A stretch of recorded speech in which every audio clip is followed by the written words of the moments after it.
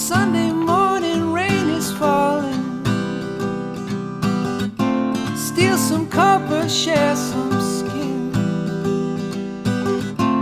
Clouds are shrouding us in moments unforgettable. You twist to fit the mold that I am in. But things just get so crazy, living life gets hard to do.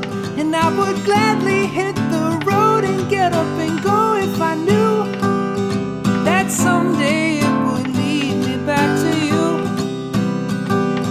That someday it would lead me back to you.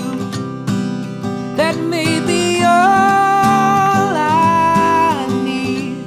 In darkness she is all I see. Come and rest your bones with me. Driving slow on Sunday morning, and I never want to leave.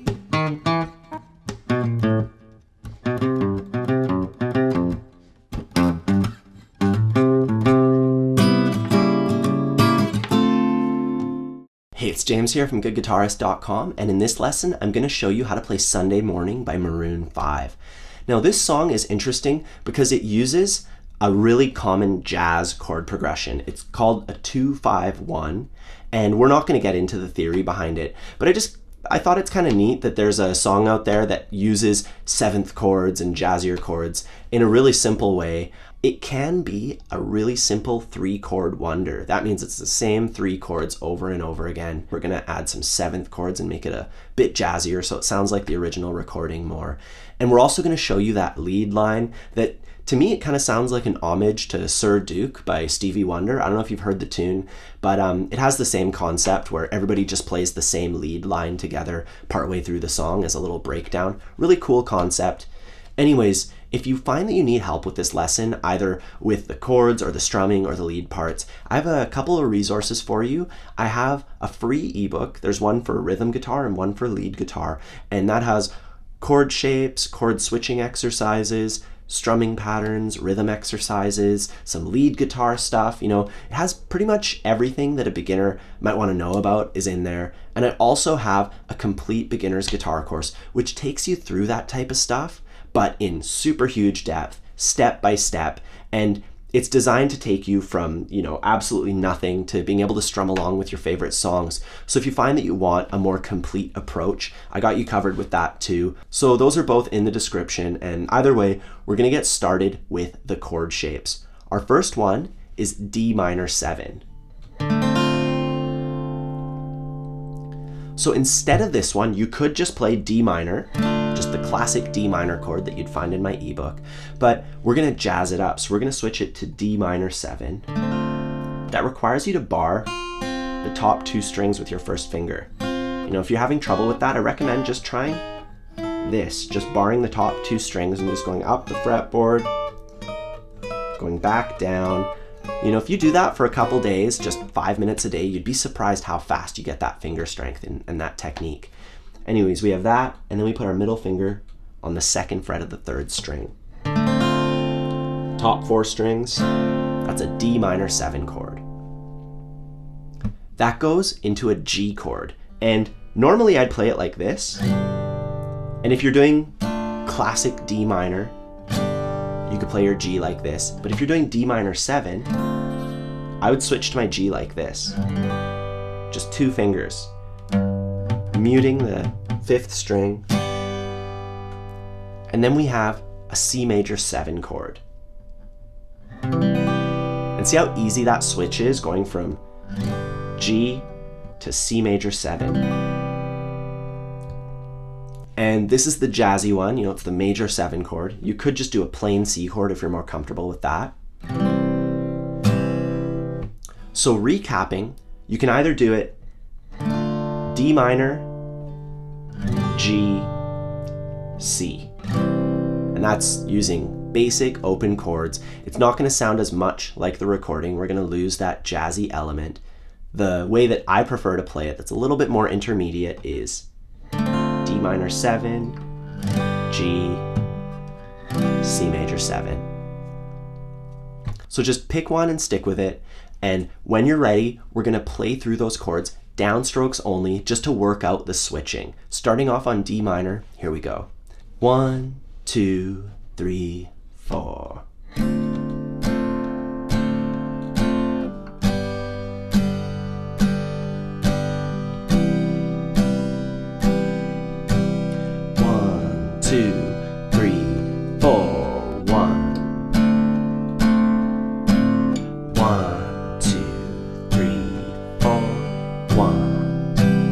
I'll do it the other way. 1, 2.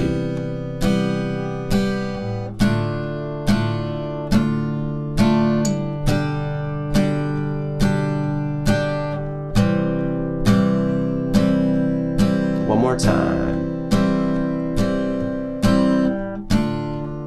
See, I can keep my third finger down when I switch to G. It's a little tip for you. Then C.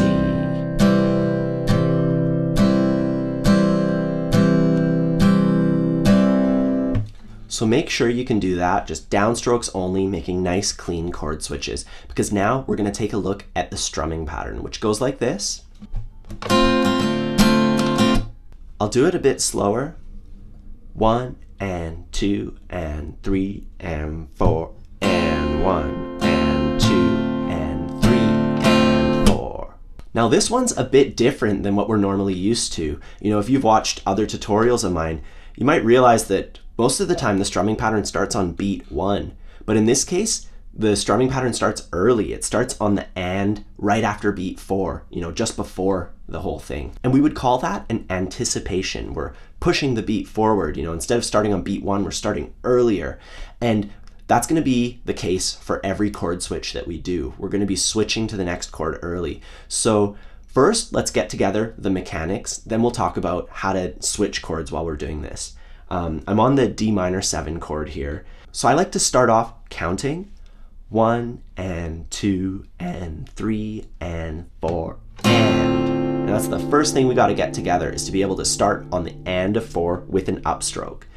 3 and 4 and. Then we're going to have to feel beat 1 somehow, and I like to say miss. So 3 and 4 and miss and. 3 and 4 and miss and. So I'm saying miss right on beat 1. That keeps me on the beat. If you don't do little things like that, your rhythm might kind of waver and it won't necessarily be as solid. But if we're feeling all those downbeats, it's going to keep us grounded and keep us right on the mark. Anyways, moving on. 3 and 4 and 1 and 2. So on 2, we did a downstroke. Let's do it really slowly. You know, this is the first thing I want you to work out. 3 and 4 and miss and 2. So count it out. Try to do it just like that.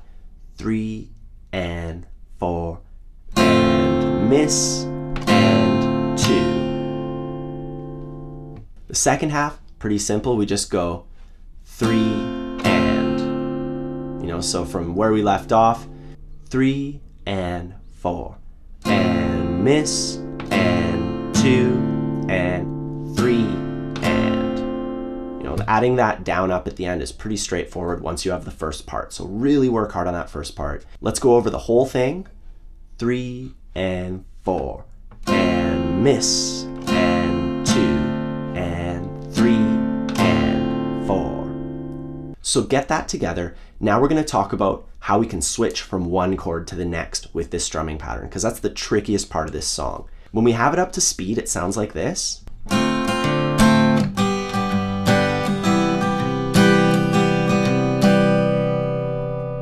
Breaking it down, we're going to be doing our strumming pattern, starting off on D minor, 3 and 4, and 1 and 2 and 3 and 4. And on beat 4 is where we make the switch. And then we can start again. And 1 and 2 and 3 and switch on beat 4.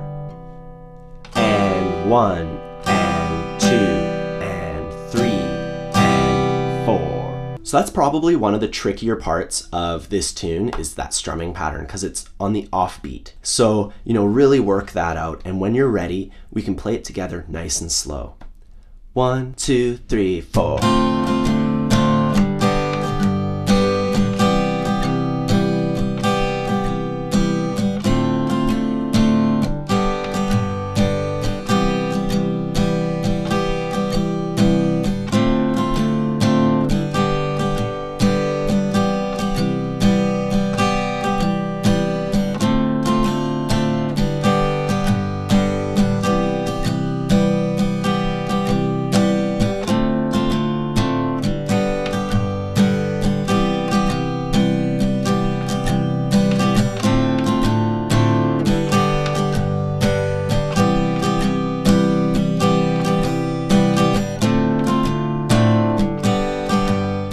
So that's the rhythm guitar part of this, and we could stop right here and you'd be able to play through the entire song. We don't have to add the lead part, but if you're down, if you want to, maybe challenge yourself a little bit, we can add the lead guitar part that happens right after the second chorus. And, we'll be playing the second chorus. And right here, instead of going to the C chord, that's where we'd start this riff. It goes like this.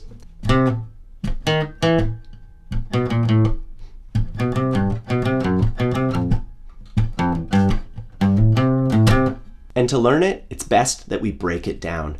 First, we're going to be starting off on the 3rd fret of the A string. That's the root of your C chord. And we just pluck that note. And we want to make it short. So to do that, we pluck it, and then we let the pressure off with that finger.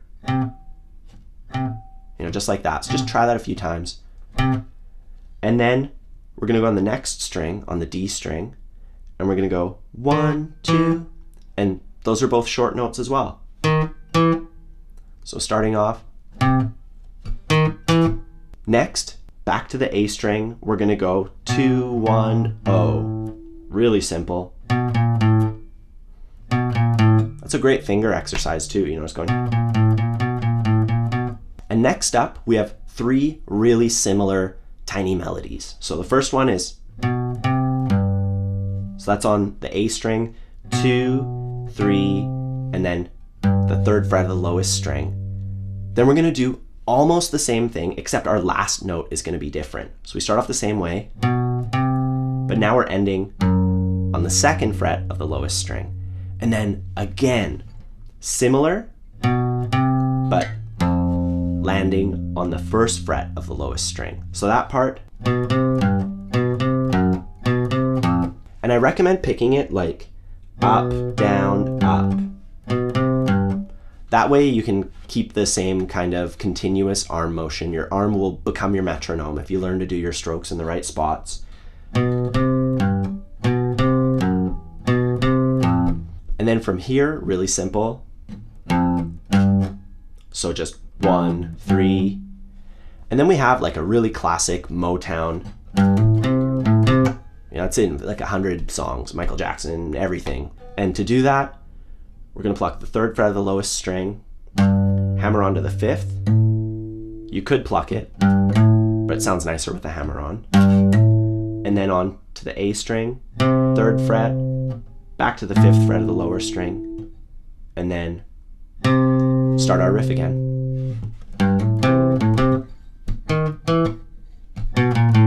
So we do it just like that, and then we repeat the whole thing, but we're going to end it a little bit differently. So it's the same up to this point. And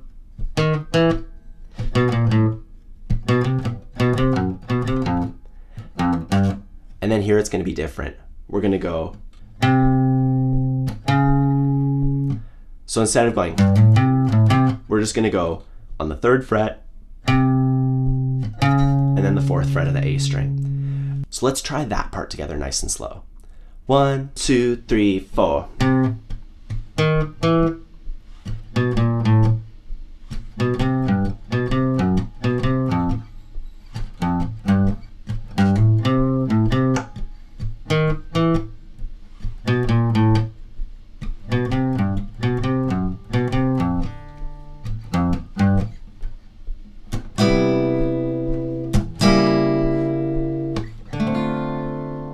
All right, so that's how you play the chords with the strumming and the lead guitar part for Sunday Morning by Maroon 5. This song can be really simple and it can be really challenging. You could just play it like a 3-chord wonder.